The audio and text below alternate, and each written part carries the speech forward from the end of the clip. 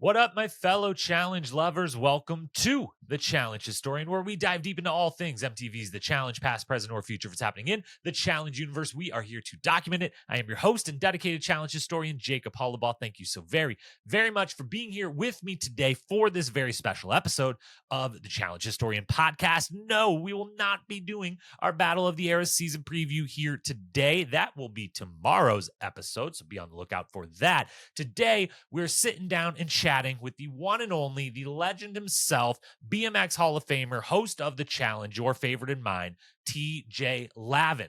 I had the absolute pleasure of meeting TJ, hanging out with him for a little bit, and recording this quick interview while I was out in Vegas last weekend. I was going with a bunch of friends. I had been in touch with TJ. I thought, why not? Let's see if we can do something. And he was unbelievably kind and generous, coming off of 4 straight days of heavy press in NYC, to still be more than willing to sit down and chat with me. Invited me out to coffee. He and a group of guys get together every morning, at least every morning that TJ is in Vegas, given he's only there about half the time with the crazy schedule that MTV keeps him on.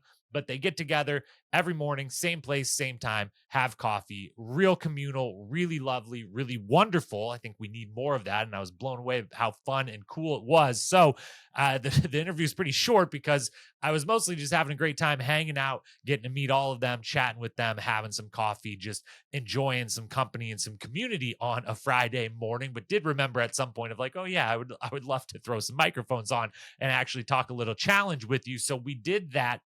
It's about 20 minutes, not super long, but I think you're going to love listening to it as much as I loved having the conversation itself. 2 notes on it. One, we are literally sitting on a patio of a Starbucks in the 100-degree Vegas heat using some wireless mics I had brought. So the audio wise, it's plenty good enough to listen to, but it is not some pristine, perfect recording out of some studio. It is sitting outside of a Starbucks in Vegas. So, bear with me on that. And then on the video side, for those watching on YouTube, do know that I did not start the interview off with a camera up, but I did quickly during it throw a camera up. So you're going to see an episode thumbnail for the first couple of minutes here, but it will revert to some actual video footage of the interview itself pretty quickly. So bear with me on that as well. But it was an amazing time. TJ's the absolute best. Some of the stories he shares are absolutely amazing. And he's just, he's the steward of the show. And we're lucky to have had him now for this will be Battle of the Eras, will be the 37th season we witness him host. As he says during this, he has already done 38 seasons of hosting duties, given that we've already filmed All Stars 5 as well. It is absolutely insane. We're so lucky to have him in our lives. And I was so lucky to be able to sit down and chat with him. So that'll be coming up in just one moment. Quickly, if you just want to go straight to it, use the show notes, use the chapter notes, whatever you will. Programming notes, though, before we get into that conversation regarding Battle of the Eras, because they did it again, guys. There is a launch special tomorrow. If you're listening to this when I release it on Tuesday, August 6th, tomorrow, Wednesday, the 7th, is the launch special for Battle of the Eras. They basically are not promoting it yet again. Every season, it seems like now they have one of these and they basically forget to tell us, but we know from past seasons that sometimes these launch specials, like it was with Spies, Lies, and Allies, are episode 1. They might as well be just episode 1. They are very vital to knowing what is going on, to knowing who the people are, the whole thing. Other seasons, like Ride or Dies comes to mind, is more of a preview of the season, had a couple of cast members talking about clips or talking about things that might happen or backstory from prior to the season, that sort of thing. Even that, though, while not vital to understand the season, was still very fun and entertaining and worth watching. So whatever version of a launch special we get, you should definitely be tuning in. I will be tuning in tomorrow night on the 7th. How I am going to go about the schedule for previewing this season is as follows. Right now, you're listening to TJ's interview. Then tomorrow on the 7th, I will have my full season preview up. No matter what happens tomorrow night, tomorrow during the day, the season preview will go up and live. And then if that launch special is more the episode variety with a lot of stuff that we need to cover in a recap, we will do just that and have that recap out on Thursday or Friday. If it's more just kind of the preview show, getting you set up for the premiere next week, then we probably won't do a podcast recap about that. We'll see, and I'll let you know, and that'll potentially be out on Thursday or Friday. And then next week, the season actually premieres. In the meantime, we will continue our franchise recaps videos on YouTube and Instagram. And eventually, the third and final installment of all of them bumped together will be here on the podcast as well. Those will be coming out 1 to 2 a day, basically throughout this week, to get caught up and ahead and actually hopefully finish those videos, all 39 seasons, by this Sunday or Monday at the absolute latest. So make sure you're subscribed on YouTube, following on Instagram or TikTok if you want to see both versions of those. And then we've got a little bit of a problem next week with Battle of the Heirs premiering. I don't know how I figured this out, but I decided to head to Europe next Wednesday. I fly to Europe next Wednesday, the premiere day of the season. And I am not sure when I get there how or when or if I will be able to watch the first 2 episodes of the season, because I will be overseas for the first 2 Wednesdays. We'll both be out in London on the first one and Paris on the second one. And I don't know if I'll be able to watch. I don't know if I can't watch. I can't recap. If I do watch, I will be recapping. I just don't know when those will be up. So the first 2 weeks of the season, I apologize. I know it's a big monumental season in the first 2 episodes, and I may or may not be able to actually do my episode recaps. But as soon as I am able to watch those episodes, which hopefully will be right away, I will then do podcast recaps about them. If for any reason I am not able to watch them, then there will be no podcast recaps. And I apologize for that, but I will get caught up once back on U.S. soil. So that is the plan for the immediate future, the next week of the show. It's an amazing time to be a Challenge fan, an amazing time in the world of the Challenge. I can't wait for this season, and I can't wait for you to hear this interview with TJ Lavin coming up right now. Without further ado, let's get to that. And then again, as we'll be back tomorrow, Battle of the Heirs season preview. So to my conversation at a Starbucks in Vegas with the one and only TJ Lavin. On the way over, doing a little math, and we're obviously going to premiere the 40th season here, but and for some reason, seeing season 40 doesn't make me think damn, that's a lot or whatever. But seeing this is your 37th season of the Challenge that you've hosted, and technically you've already hosted the 38th as well, that we'll see sometime next year or whatever.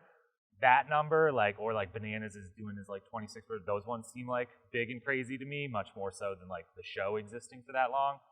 Do you have any of your own eras in your mind of where things changed for you as far as what you were being asked to do, how you felt about the show, the experience? If you try to think back over 38 seasons in 19 years, it's probably all washed together. Do you have things where this happened in this period? 100%. That's a great question, because it all came down to how many contestants we were having and what they were doing. If they were doing them as individuals, or if they were doing them as teams or pairs. You know what I mean? So that was one thing. But I noticed it because I was 28 when I started hosting. Okay. And now I'm 47. Yeah. And so it's so wild that it's even a thing. Maybe I was 29, but in any case, no, I was 28. But it feels crazy to think that I was in my 20s when I started hosting this thing, and my 40s were forever away. There's just no way that I would be that. And then all of a sudden I'm here, and I'm in my 40s and I'm hosting it, and I'm still going strong. It's still great. Just filmed 2 more seasons right now. So you said that 37, but really I've hosted 40. Yeah. So I've hosted 40 seasons. If you count the Puerto Vallarta crazy spring break thing, if you count that, it's 40. And so I'm just going to go ahead and give myself that one. That's the only one. That's the only one. That's the only one that's kind of lost the time a little bit. Yeah. I was looking last night though. And actually, while I ask you this, is it okay if I throw one camera up real quick? Sure. I was looking at that, and I'd always remembered Camilla is the only cast member that came from that, but I forgot which cast members went to that. What's one memory that comes to mind? Because it was Kenny, Evan, Wes, Landon, you, Susie. It was all heavy hitters, amazing people. That was also in the time of they were all doing bar appearances between every season stuff, and things were just crazy, and MTV Spring Break's crazy. What sum up that what I can only assume was absolutely wild and unique experience of the Spring Break Challenge? Who are those guys that I'm in Miami.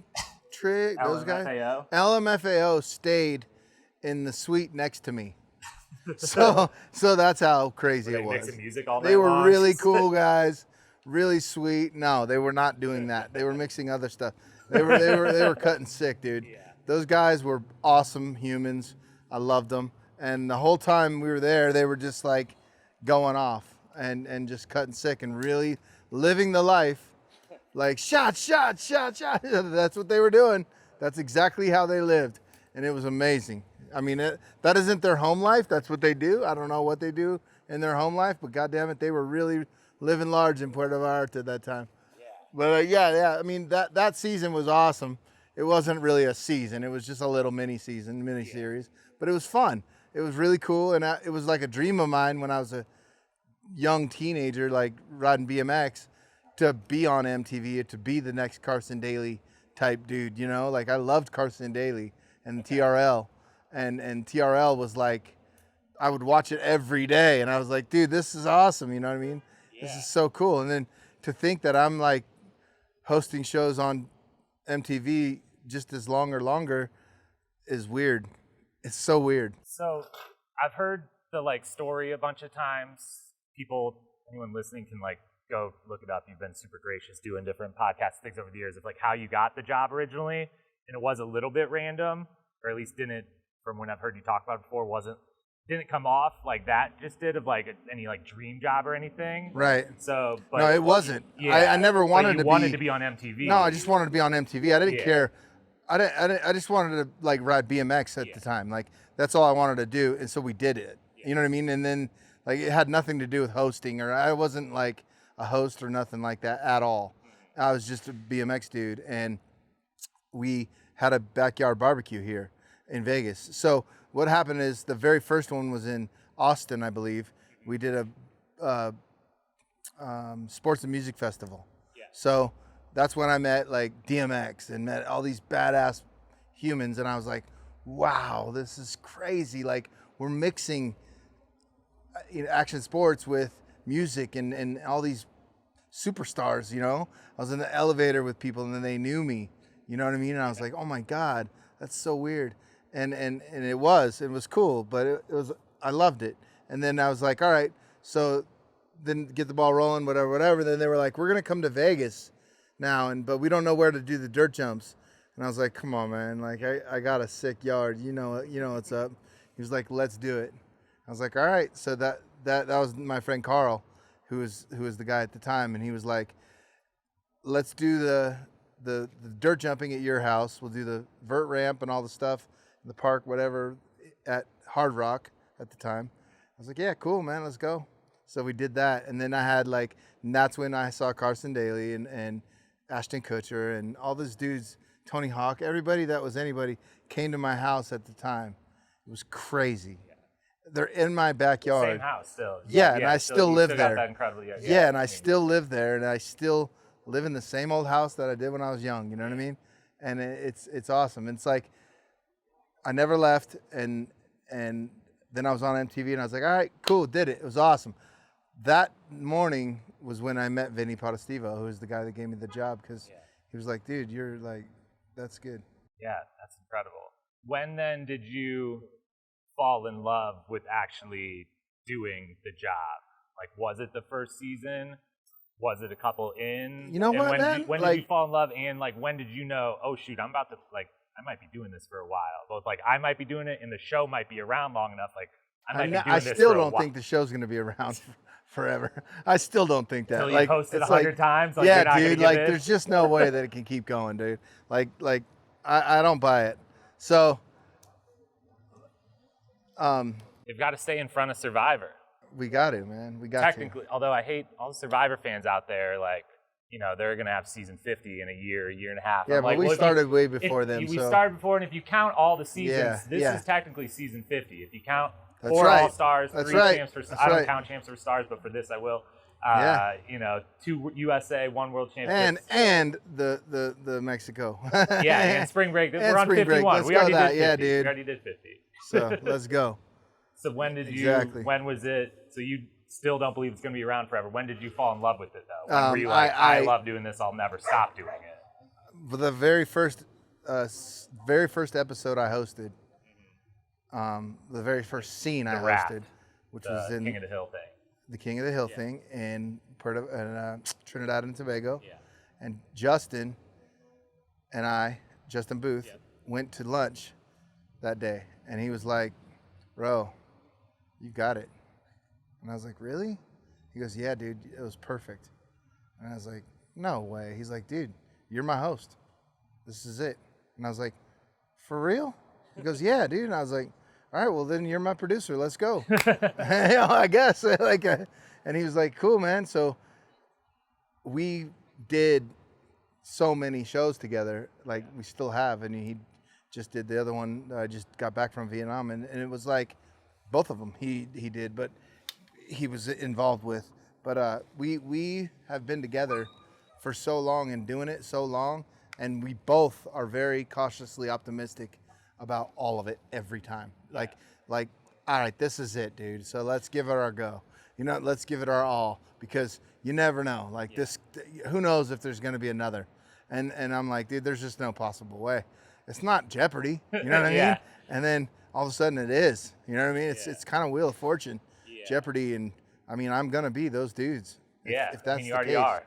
If that's the case, thanks, man. Yeah. I appreciate that, man. Like I really appreciate that, and Not many people in any capacity have been on 38 seasons of a show, whether cast, host, production, anything. Like, just to work on that many seasons is like, I feel like the challenge in reality TV gets a little lost in the shuffle sometimes of like how crazy impressive it is. Like, yeah, this thing started in 1998, and 26 later, people can complain about like ratings or whatever, and like it's on TV 26 years later. Like, it is wild. There's people like me that grew up and are like, this is like my favorite pop culture thing. Like, this is the coolest thing, and has been for that 26 years. Like, oh, that's so wild. cool. That, and like, it doesn't totally get the mainstream love of like, I can't believe this is happening. Most things phase in and out over that time, but not the challenge. Not a couple of the big reality shows. People still love it every single time. It's so wild, and I'll get like a random DM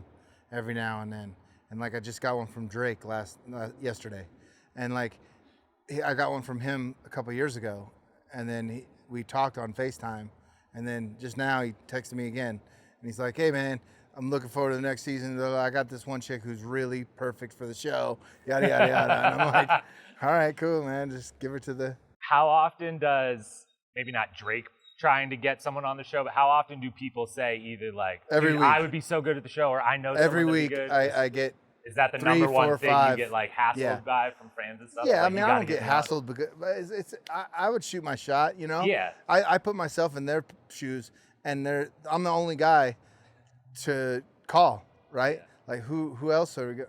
What are the ether? You know what I mean? Like, how you got to just pull it out of the ether, and it's real hard to think about. Like, how the hell do you do this? Like, I would never even dream of being on TV for this long. Yeah. No possible way. I have no idea how the hell that happened, and I wouldn't even know the first thing to go about doing it. Yeah. So somebody asked me, like, how do I become a host? Ride bikes. I don't know. Get real good at bike riding, and then maybe, I don't know. Yeah, you know what I mean? It's just crazy. Yeah. So I really don't know. And then Connor Fields is a Olympic gold medalist, and he said, "Hey, can I take you to lunch?" I was like, "Yeah, sure." So we go to lunch, and he's like, "Hey, man, I'm going to do this show. I'm hosting this show. They got me hosting a show. I want to be like you." And I was like, "What the hell? Like, I don't know." Yeah. Like, I just go there and do whatever I can. Extreme sport Yeah. Like, I hope so. I really hope so, because let's put it this way: action sports dudes will definitely work hard. Might be a little late sometimes. I'm not. I'm Johnny on the spot when it comes to being on time. I'm 10 minutes early, no matter what. Yeah. But I don't drink, so that's why. So I think like all of my action sports friends, that's the only thing I could say is that you got to be on time, guys. Yeah. You know what I mean? But so I think that, you know, he did a great job. Like, Connor's a great ambassador for BMX in the entertainment industry as well. So it's cool to see guys starting to do that. Do you like? So you just got back from Vietnam, and they did 2 seasons in a row there. Do you like when they do reuse a location, or in this case, was this the first time maybe USA World Championships that you were like in the same spot that close together? Do you like, oh, I'm like familiar, I found my like coffee spots and things? Or are you itching like, wait, I'm staying here, what do you mean? Like, why aren't we off to another new? I love it because I love being immersed into the culture and the language. We were in Argentina as well for 2 seasons right in a row. We were in Cape Town for 2 seasons in a row. That was USA World Championships, right? Yep. And then we were in Croatia, not quite exactly in a Lavin, row, but very close to each real other, close, real close. And it's same. I mean, and I already knew everybody from there from the first season that we did years ago. They're like, oh shit, you're back? Yeah, cool. 100%. So it was great, man. I love when we go back to the same places because then I already have all my friends. I already have my coffee group. Yeah. You know? I love that. It's cool. If they were like, TJ, season 41, you get to pick where are we going? Has to be somewhere we've been before. What would be like your top spot of like, oh, I want to go back there. I miss those people. I really love that spot. Probably Cape Town. Yeah, because I even had an open mic that I'd go to all the time there. Like, yeah, I had the best time. The open mic guy actually died. The guy that was running it, he became a friend of mine, and like I would call him, and I'd be like, or I'd text him, and I'd say, hey, we're still filming it. We're out here in Somerset West, which is way far away, 30 minutes away, 40 minutes away, and I'm like, I don't think I'm gonna make it today because every Tuesday night I would slide in, and he would put me in like right away. You know what I mean? And so it was awesome. Like it was so low. I was local in 2 weeks. Yeah, it was great. It's definitely a way to. Have you always been like that good with people and ingratiating yourself and everything, or was that learned through like this job and being? Because you're somewhat on your own outside of like the work part of when you're hosting, right? You're like you're left to your own devices. Yeah, dude. Yeah. So did you get good at like doing stuff like that, or were you always just super personable, super like? No, I'm I just was gonna always, go like be friend, like find some friends. I was always friend guy. Like I always have a bunch of friends around and people around, and my house was always the house to go to. Had the track in the backyard and all that stuff. So it's like I was definitely always like in the mix, you know. My mom used to say this. My mom and dad used to say they could drop me off at Times Square, and I'd in the middle of Times Square, and I'd have with no money, no nothing, and I would have a place to sleep, place to eat, and a couple of friends by the time the night hit. Yeah. They'd be fine, you know. That's amazing. Yeah, because I've been.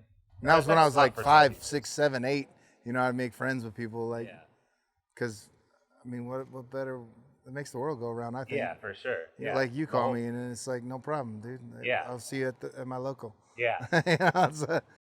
Which I'm very thankful for, both just getting to hang, but also getting me up nice and early because I had some work and things to finish today, and I was like, I needed a really good reason to get up while all my other friends. I did send one message to the big group I'm with of just like, that breakfast spot you recommended isn't open at 6 o'clock. What the hell, guys? Like, you know, to try to wake all of their asses up that were up super late last night.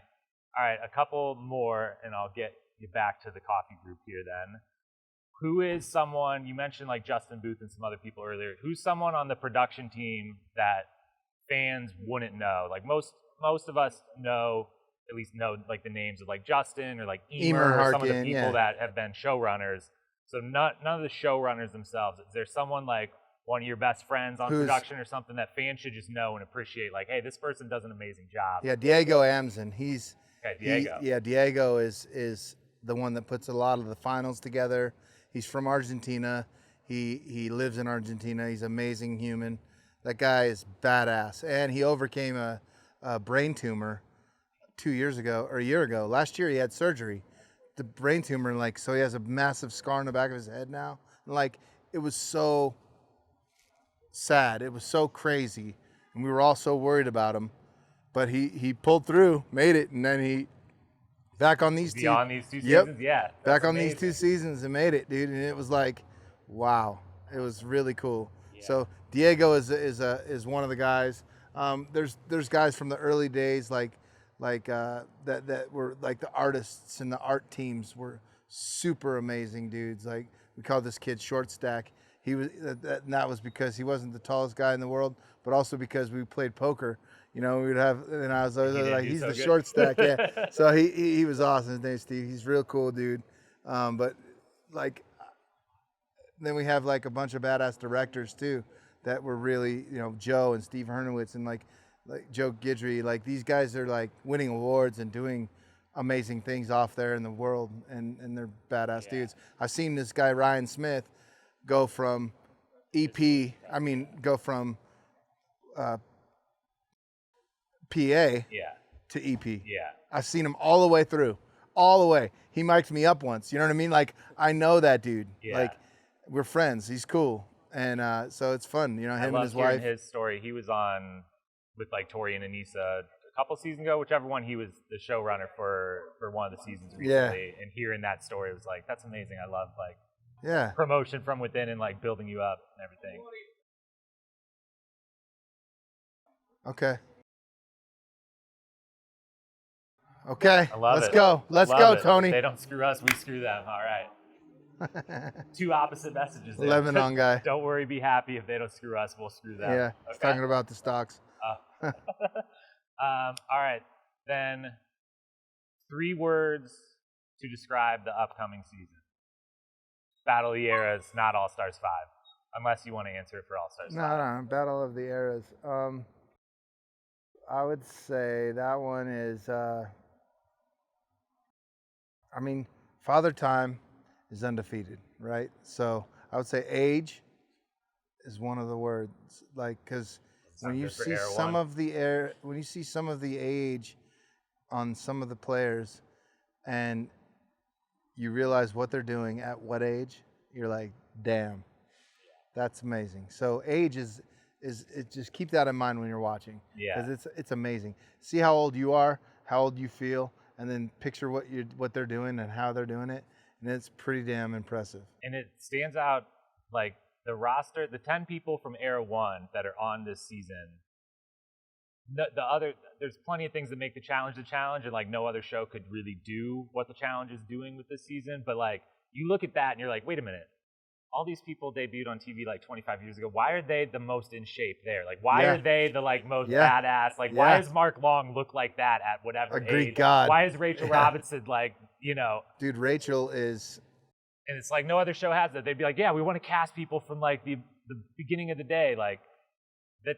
You can't, you know, there isn't that many Survivor folks walking around or Big Brother folks walking around from the early 2000s that are like, you know, they could do Big Brother again, sure, because it's sitting in a house. I'll put like, Derek K against any of them. Yeah, like Any of them. Derek will smoke anyone in my mind. You know what I mean? Like, I'll pole wrestle Derek against your best, biggest, buffest, baddest dude. he's taking a couple losses. Yeah, but whatever you are, he's always injured when he loses.